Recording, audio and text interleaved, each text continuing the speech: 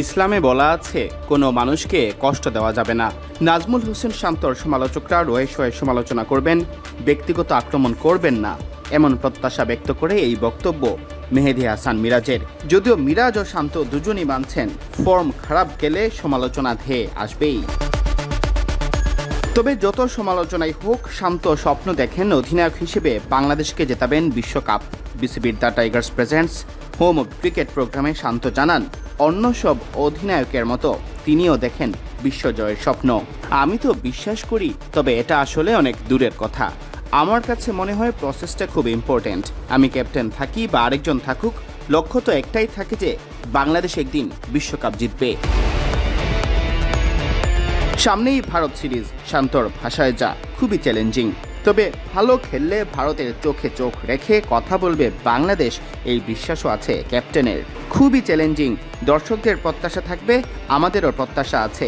দুইটা টেস্টই জেতার জন্য খেলবো, কোনো সন্দেহ নেই। তার আগে কিছু কাজ আছে, সেই কাজগুলো যদি ভালোভাবে করতে পারি অবশ্যই ভালো করা সম্ভব।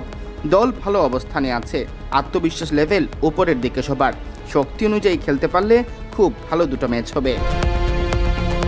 শান্তকে নিয়ে ঢালাওভাবে সমালোচনা দেখা যায় সোশ্যাল প্ল্যাটফর্মে। তবে শান্ত নিজে মনে করেন লোকে তাকে কম ভালোবাসে না। তিনি বলেন, আমার কাছে কেন জানি মনে হয় দেশের মানুষ আমাকে অনেক ভালোবাসে। আমার যখন কোনো মানুষের সাথে দেখা হয় তারা খুবই সাপোর্টিভ এবং পজিটিভ।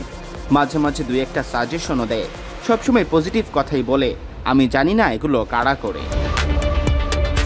মিরাজের আহ্বান, খেলোয়াড়দের সমালোচনা করা হলেও অন্তত যেন ব্যক্তি আক্রমণ না করা হয়, মনে কষ্ট লাগে এমন কথা বলা বা লেখা না হয়। মিরাজ বলেন, খারাপ খেলা নিয়ে সমালোচনা হবে, এখানেও ইতিবাচকতা থাকতে হবে।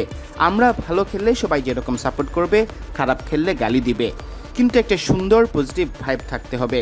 সেটা যদি অনেক খারাপ পর্যায়ে চলে যায়, ব্যক্তিগত পর্যায়ে চলে যায়, ইসলামে বলা আছে কোনো মানুষকে কষ্ট দিয়ে কথা না বলা। সেই মানুষ যদি কষ্ট পায়, আল্লাহও কষ্ট পান। যারা এগুলো করে, আশা করি তারা এগুলো থেকে বিরত থাকবে। সিয়াম চৌধুরী, বিডি ক্রিক টাইম।